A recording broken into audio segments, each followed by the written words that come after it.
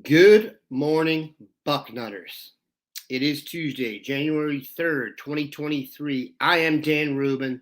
This is the Bucknuts Morning 5 and Change, flying solo today on the Perspective Pod. We've had a few days to let things settle, let our anger go down, let our sobriety come back up. I wish I could have been on there, and the post-game show would not have been a pleasant sight for anybody. Before we get to that stuff, let's do some house cleaning here. If you've been on the site in the last day or so, you can see all of the All-Star game coverage. The Under Armour All-American game is this afternoon or early evening at 5 p.m. Eastern in Orlando. Guys like Noah Rogers will be on display. And then you see all the content we have up there. Bill Kurlick and Steve Wiltfong, among others, in San Antonio for the All-American Bowl leading up to the January 7th game. We've got 7 guys there. Definitely one to watch. We've got features on Lucas Kineholz and Joshua Mickens and Carnell Tate and Luke Montgomery, Brandon Ennis, all on the front page right now. So you want to check that out. And then some other good content coming your way. Mark Porter's famous Buckeye in the Sky on the Peach Bowl will be up later this morning. That's something you want to check out. A film breakdown of what went wrong. So let's get into it. I definitely needed to take a few days off after that game for a variety of reasons. I really wanted to be able to send Dave a text after the game saying how I was hearing naked Johns up in heaven, but it was not meant to be. And now we face these questions. Like I said, it's the Perspective Pod. Where do we go from here? We're definitely going to talk about the game and some details from the game along the way here. But what we really want to do is just kind of get into some big picture issues. And I've written down a bunch of notes, so bear with me. And then we'll take a break, sell some ads, and come back. And the Nutters can have the floor. You can comment on anything you want to talk about from the game or perspective. You can comment on anything I say. And when we get to that. So, like I said, we've had a couple days to gather some perspective. And going forward, the question is, what changes need to be made, and where do they go from here? And the farther we get away from the game, the more I realize in the quest for the national championship, they were a shank away from being the favorite in the championship game. It's unfortunate, whatever happened with the field goal, if it was too long, etc. The fact is, if that ball had gone through the uprights, the narrative will be so different on so many levels that I think we got to be realistic and also honest with ourselves about how much change actually needs to be made. In light of such an emotional event, sometimes I think more change is asked for than needed. And the bottom line is, no matter how you break it down, they were a field goal away from being the national championship favorite. So that's pretty darn close. I think the plan was good. I think Ryan Day's plan was good. That's obvious. I thought his plan was good against Michigan, and we will get to that later on. But I do want to address first off the narrative that has developed that that was Ohio State's A+ game and was Georgia's C game. That feels like rationalization to me from Georgia fans who were shocked that there's another team that could stand in the ring with them and not only trade punches, but trade quality punches. Keep this in mind on the offense. Just for the last quarter of the game, the last 35 seconds of the third quarter and the fourth quarter, the Ohio State Buckeyes were without Jackson Smith and Jigba, Marvin Harrison, Travion Henderson, Mayan Williams, Evan Pryor, and Cade Stover. Okay? So when you enter training camp, that's pretty much your skill talent. So the idea that, and Jackson never played, Evan never played, Trey basically played half the season, Mayan limped into the game, and they knocked Marv out. I don't understand how that could be our A+ game when God forbid you did the math on how much NFL dollars those guys will generate, and they will not be in the game. So let's knock that one out.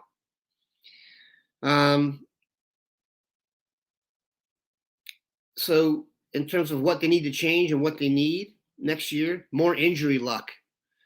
I totally get how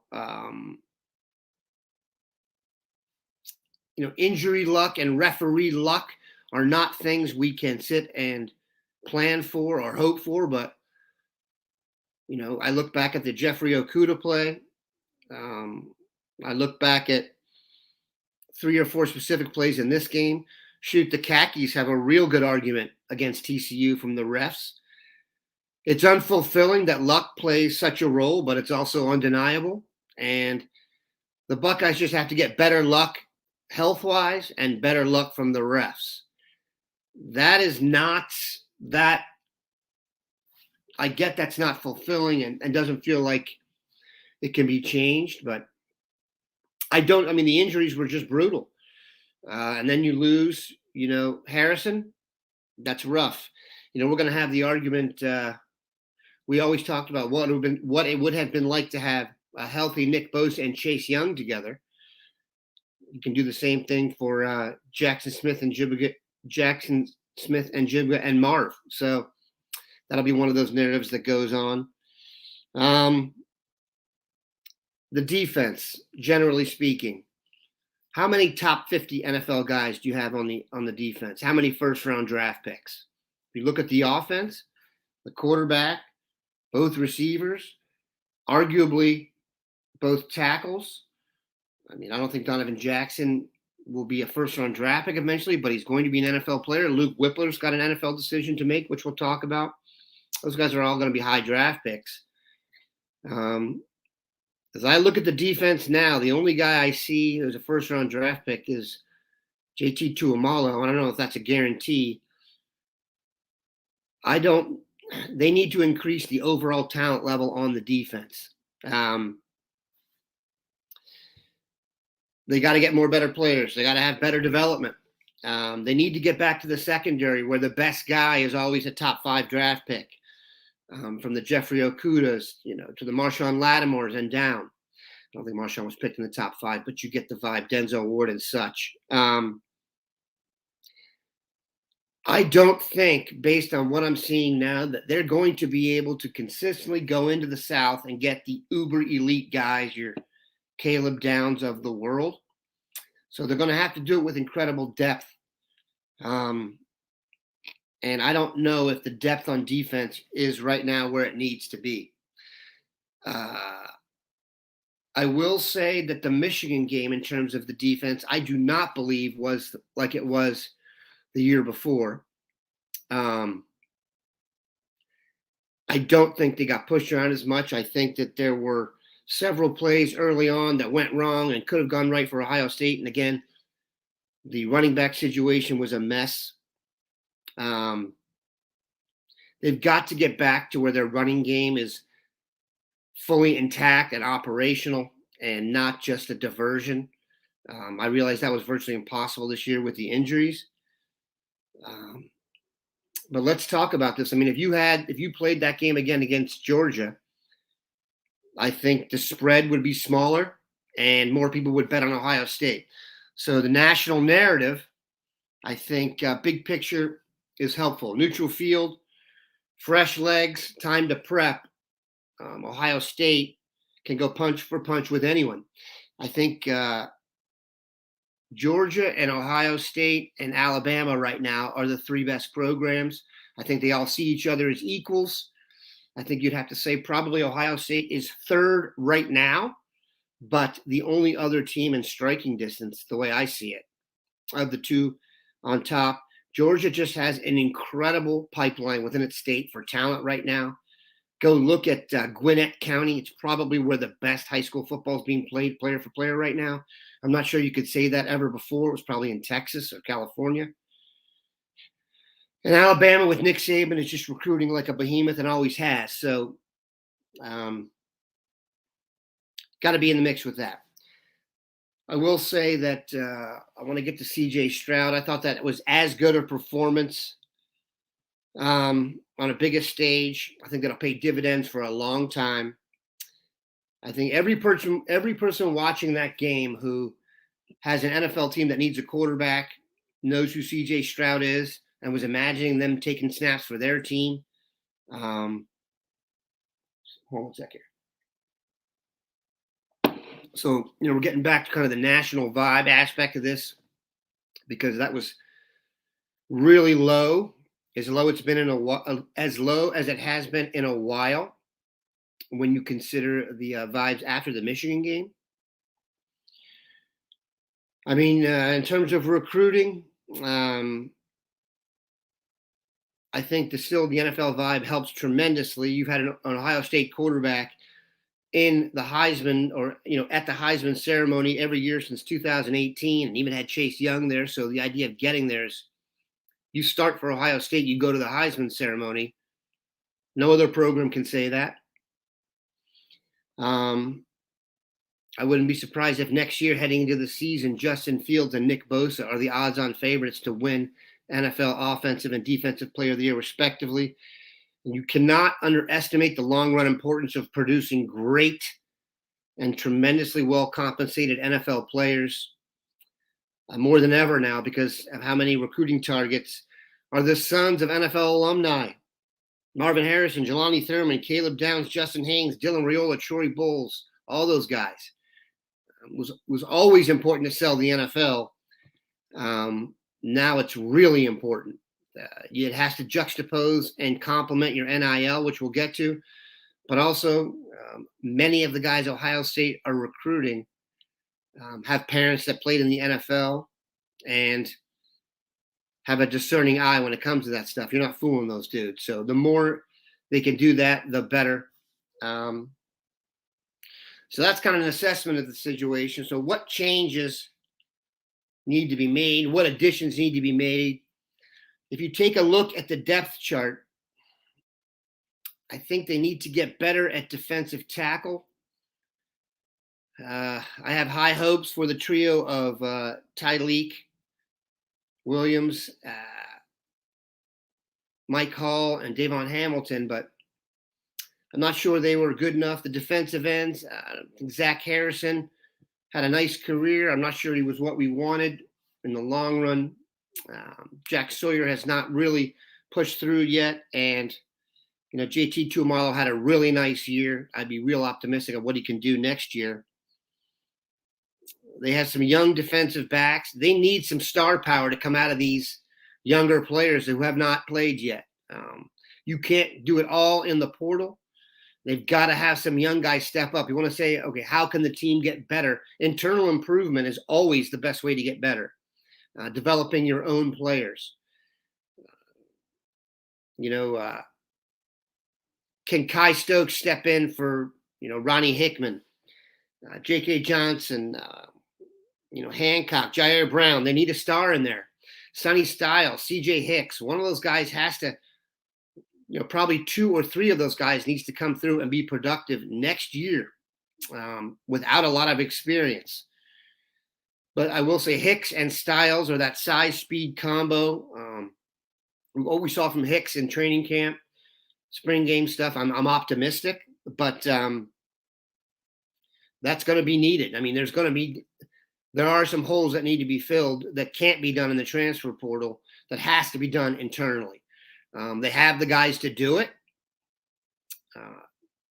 but they're unproven, and the secondary has to get better. I think we all know this. Denzel Burke did not have a great year, and they got to replace Cam Brown as a grad dude. Why to be super optimistic at this point, and I am, for the future? You're bringing back the best 2 receivers ever to come back to one team ever in college football, in Marvin Harrison and Emeka Egbuka.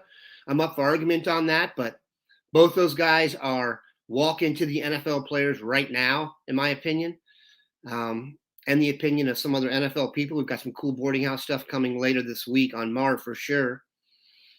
So you're going to have a new quarterback in there. And, there's always been talk of, or there has been talk of, did we waste Justin Fields and Did we waste, CJ Stroud that window? My bigger worry going into next year is the wasting of the tackles in Paris Johnson and DeJuan Jones. I'm very confident Ryan Day can get a quarterback ready well enough to get stuff done. Who are going to be the tackles? Is it going to be Zen Mikulski and others? You know what I mean? Josh Fryer.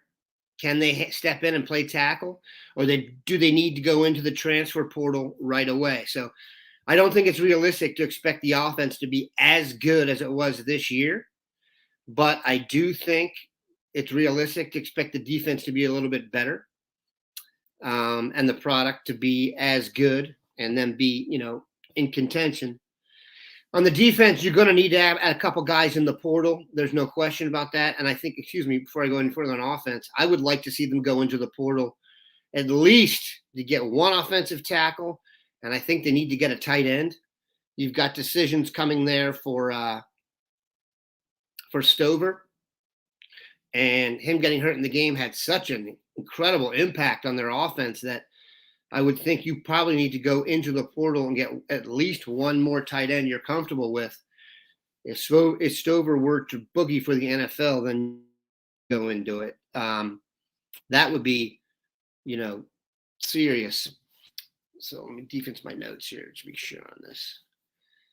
Yeah, so you've got so let's go back to the personnel and the decision-making here for the NFL. You've got Paris Johnson, gone. DeJuan Jones, gone. Luke Whippler has a chance to leave.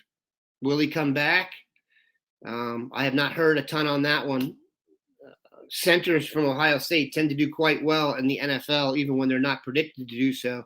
See Lindsley Kamakori. I wonder what Julian Fleming will do. He could leave for the league. I know he maybe hasn't been, an all-star here, but he's certainly a guy I think would get drafted. On the secondary, I think they, in the transfer portal, they need to go after anybody they can get. Tommy Eichenberg has a huge decision at linebacker. If he goes, you got, could CJ Hicks replace him? I almost think any leverage relationship they have right now with an outstanding defensive player at any position who wants to come to Ohio State that they think can come in and get minutes, I would take him. Tanner McAllister maybe had, didn't have the greatest finish here, but he was a quality player during the year, and, adding someone else to the mix would be helpful. Veteran talent, maybe some more experience in the secondary. It's hard to get guys to transfer to Ohio State harder than you think, because it's hard to crack the depth chart. And guys aren't going to transfer for less playing time. That wouldn't make much sense at all. We don't know what defensive I think there could be changes to the defensive staff. I don't want to go too far into that because I don't have any solid information. But, there's always the talk of Larry Johnson possibly moving on. There has been more chatter about that, I will say, recently than there has been in the recent past. So we'll have to address that. The last two things I want to quickly touch on. One is name, image, and likeness. I'm going to do a deep dive on that this offseason. I think that's more of a moving target than people think. I do generally agree with the approach Ohio State has taken. I think there may be some short-term pain for long-term gain. I do think the program's built on paying you on the way in and not, rewarding those guys possibly more than existing players could create some issues. And just the general vibe of the program being one based on achievement there, not before there, I think will pay dividends in the long run. I can't guarantee that because things are changing so dramatically, but I do actually agree with their approach so far. Execution may need to be tweaked, but this is the beginning of a long process. The genie's not going back in the bottle. So how they deal with that going forward is important. I maybe don't think NIL is as important as others, but I can be convinced otherwise. And then I want to address the idea that Ryan Day may not be calling plays going forward, and there's some initial panic on that. I got the sense that Ryan Day saying that is a nice way of saying he needs to be more involved with the defense. I don't think any offense under Ryan Day's tutelage is going to be too far from his fingertips. I think they'll be all over the offense, and he can still have. It's not like he's going to be leaving the stadium for games in terms of play calling and such. But I do think that was a nice way of him saying he's going to need to get more involved with the defense. The offense is flat out better than the defense. Jim Knowles took a lot of abuse this year. The defense was better than it was the year before for sure. And, if it improves as much next year as it improves from last season to this season, I would think that would be, enough to get them over the hump. But that's what I made of that. I don't think Ryan Day not calling plays means they're just going to, start running the option. I just think it means he's going to be more involved with the defense, and where they go from there should be very interesting. Bottom line, Ohio State was, a really bad kick away from being the national championship favorite. So I don't think drastic changes are needed. I think they just need to buttress the approach they're doing now. They're going to be so good at receiver next year. The breaking in a quarterback, to me, just isn't as stressful as it might have been. They should be better at running back, provided Travion Henderson can get healthy and Mayan Williams get healthy and Evan Pryor can get healthy. So I'm optimistic. I don't see any reason why they couldn't be back in the exact same spot next year. Hopefully they're, 12 to 13 yards closer and the ball goes through the uprights. Then it would be a glorious season. Like I said, I so much wanted this for Dwayne and his passing recently to be able to say, they got one for you, big fella, and they didn't, but they took a rain check on that. Now, I'm going to go through your comments here. I hope I engendered some interest, and we're just going to tell you what, let's take a break and pay some podcast bills right now. And let's take some let's take some questions. Let's see.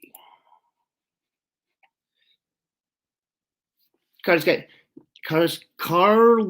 Gasser. Need to balance the season out and look at the whole. Statistically, we did quite well and had some issues on the back end. Don't believe that all is scheme and the DB room was infirmary. I think injuries are going to be, an issue you find in most of the situations. That said, I don't think the quality of defensive back is really where it was when Ohio State, had, the Okudah Wade combo. So, they need to develop those guys better.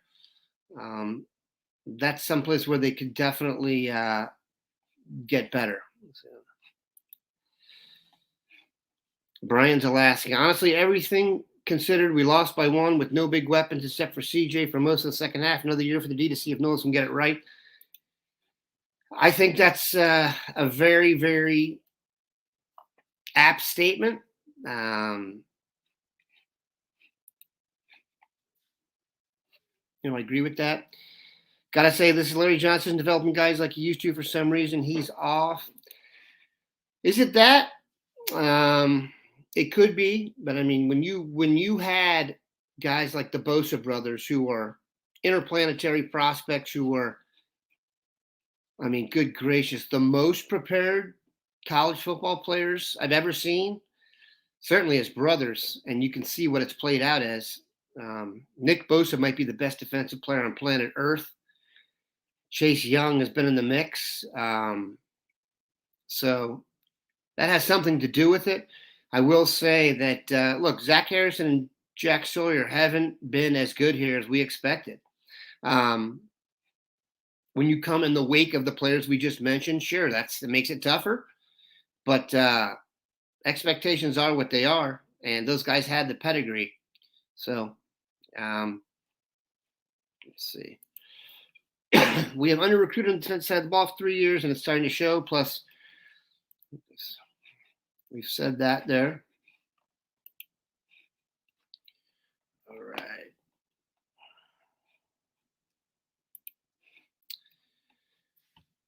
What is your opinion on the targeting call, no call?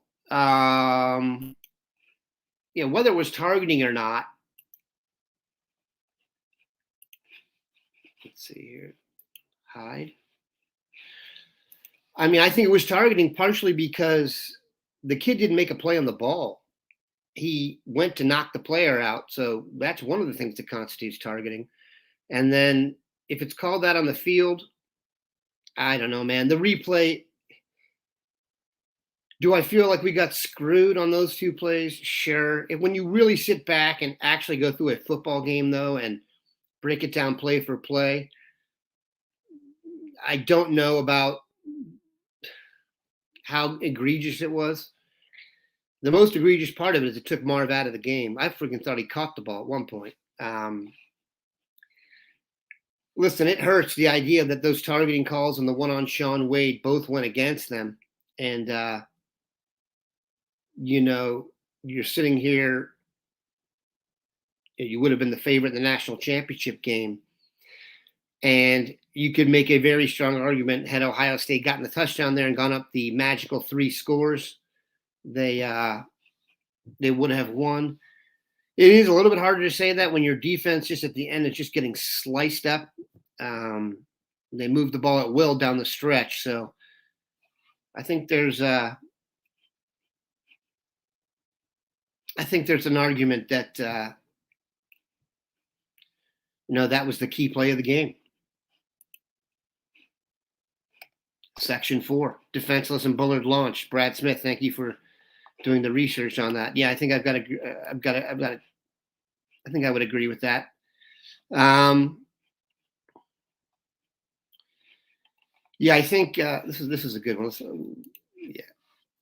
TSU statement. I would expect a better back end next year. I don't expect a letdown from a new quarterback. I just want to know who calls the plays. I wouldn't be too worried about that right now. Like I said, Ryan Day is not going to let play calling spiral away. And keep in mind, he can always, I'm pretty sure he has that thing on his microphone where he can cut everyone else off. So if he needs to call the plays, he could do it. Like I said, I really do think that was a reflection of his interest in improving the defense without calling anyone out directly. Ray Day 20. Sawyer Maine to be moved out of the jack position and have his hand in the dirt. Maybe CJ Hicks can develop in that position. Hey, whatever works, man. Wherever you can get a more effective pass rush, the better. Daryl Bascom, you do know Marvin Harrison stepped out of bounds first. I know that now.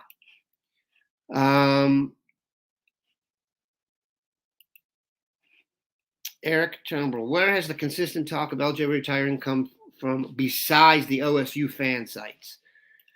I would say opposing recruiters have used Larry's possible retirement and his age against the Buckeyes since he's been here. So we've heard whispers of that every offseason. It's not the kind of thing people go out and say on the record, but it's facts. What about the timeout on the fake punt? That one stunk. That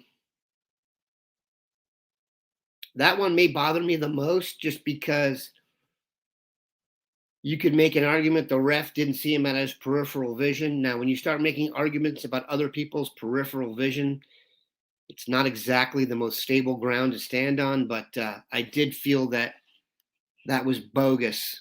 And another one of those calls that had it gone Ohio State's way, it would have mattered. Better running backs. I don't think the issue is better. I think the issue is healthy. I love Dallin Hayden, but the idea of Dallin Hayden and Xavier Johnson in the backfield, based on what we had going into the season is kooky. I mean, even Marcus Crowley's career ended. So, like I said, part of football is just the war of attrition.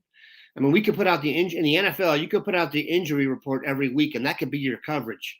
It's that impactful.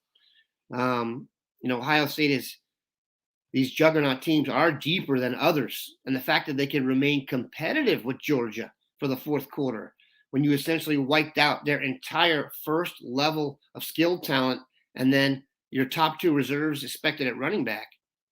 Come on, man. That's a lot. Oh, I'm learning a whole bunch here. Ohio State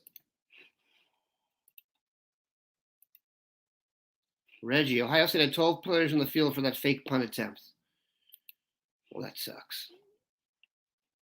By the way, we didn't get to play anyway. We'll take a couple more here. We are running up on the 30-minute mark. What was going on with chip training? Wasn't used at all Saturday. I don't really have the answer to that. I think they thought Dallin Hayden was a better option, and then I think the time given on preparation allowed Day to work in Xavier for some special plays. Obviously, one that worked beautifully, and some others. Wow, 12 men on the field. So there goes that. Who knows? Maybe the refs would have blown that call. Jair Brown could take that McAllister position, even though he's not a safety, a true nickel. Yeah, who knows? Nickel's a tough spot. Cam Martinez will have a shot at it. But, nickel's is a different skill set than playing on the outside. I will say this. On the offense in the slot, I would not be surprised if Brandon Inniss gets some serious playing time in the slot. I think he does some of the things they like from that spot. So, the two guys on the outside, obviously, Emeka Egbuka and Marvin Harrison will be the best in the country. I mean, you could make an argument they should be the headliners for both being All-Americans, but I could see Inniss getting some work in the slot, Fleming if he came back. There's a bunch of others. I will tell you this. I do think C.J. Stroud, and that will be coming up in the boarding house too. Talk to some NFL people on this. C.J. Stroud did solidify and improve his NFL stock with that game. He was fantastic. His arm talent is special. So he showed he could move around a little bit, and he ran. I mean, what would the narrative have been had they made that field goal? A lot of it would have been on his legs being the key part of that final drive.